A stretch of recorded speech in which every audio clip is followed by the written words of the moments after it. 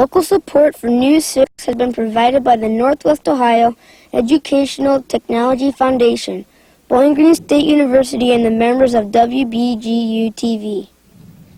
Hi! We're the 6th grade class from Celina East Elementary. Welcome to News 6!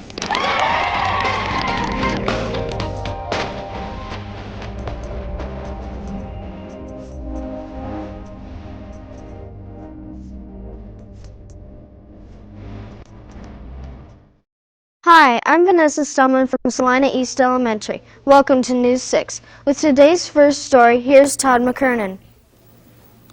Could anyone have snakes as their favorite pet? Well, yes, all snakes aren't poisonous, and they are also very easy to look after. This story takes us into the miniature world of birds, fish, and reptiles that Bob Hobbler looks after. Hi, I'm Gwen Finning. Do you have a pet? We're here at Pets and More Pets store, and we have plenty to show.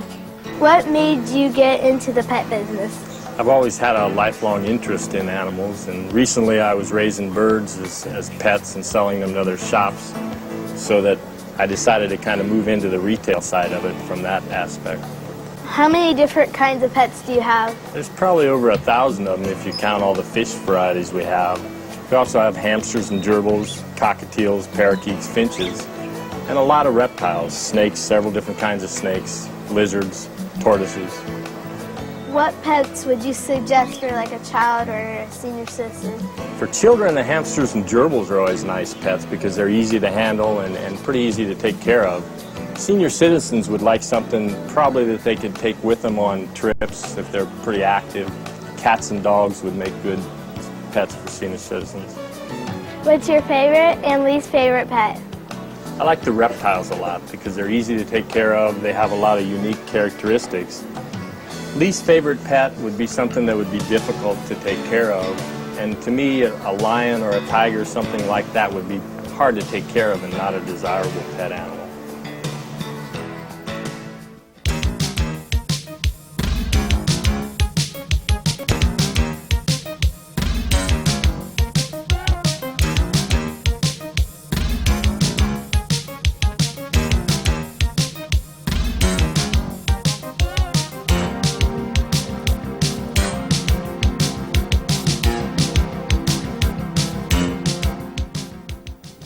Today's News 6 is produced by Celina East Elementary.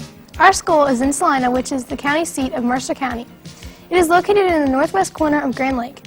It is approximately 70 miles northwest of Dayton and 40 miles southwest of Lima. Salina was founded in 1834 by James Riley. It has a population of 9,923. Have you ever wondered what it would be like to be a disc jockey? In our next story, Tavis Warehan and Colin Dar take us to WKKI K94 FM station to talk to Donna Gruby. Hi, I'm Colin Dar. And I'm Tavis Warehan. What's your favorite radio station? WKKI. And we're here to tell you more about it. When was WKKI started? Well, Tavis, it started almost 35 years ago in 1960, and it began as WMER. We've changed the name since then. It was the owners of the music store downstairs who began the station as a way of broadcasting sort of music to area stores. As a disc jockey, how did you get started in this business? Well, I began in news. I went to meetings and was a reporter and worked weekends, and then I was a news director for 10 years, and it was only about 6 months ago that I went into the entertainment side and became a disc jockey, playing music. What type of music and programming does the station have to offer? Well, music-wise, we're called a hot adult contemporary. Programming, we have CNN News. We do a lot of sports, area basketball games. We also have the Cincinnati Reds and the Ohio State Buckeyes. So we have a wide variety of programming. What's the funniest thing that ever happened to you on the air? Well, one time I was doing news, and you're supposed to be very serious and very straightforward when you do news. And a friend of mine came in playing the accordion. He walked in right behind me as I was reading the news, and it happened to be a story about an execution. Not something you should laugh about. But he was playing music on his accordion, and I started laughing and basically couldn't stop.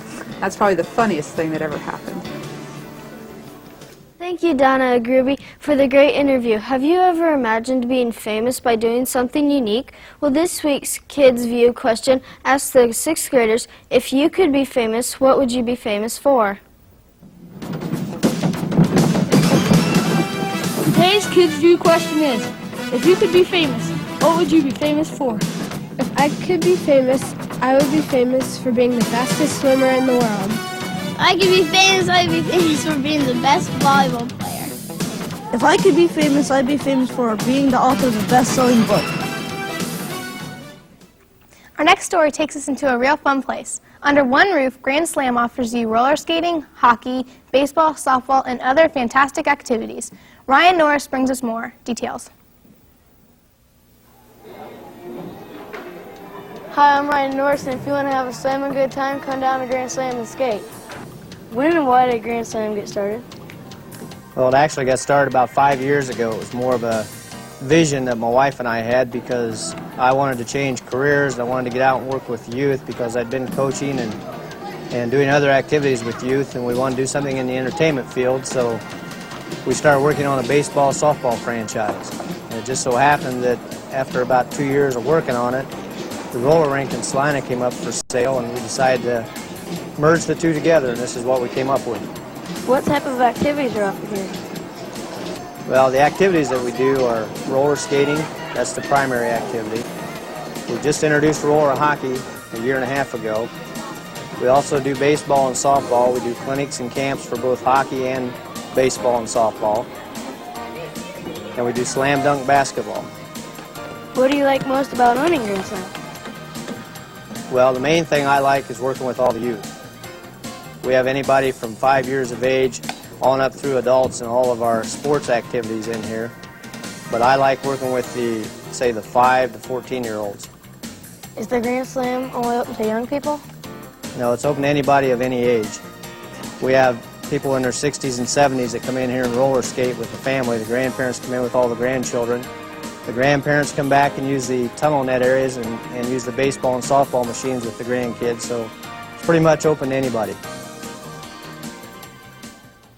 Thank you, William Rogers, for showing us around Grand Slam. This week in Critics Corner, 6th graders from Celina East Elementary selected The River by Gary Paulson. This is a story about a teenage boy named Brian.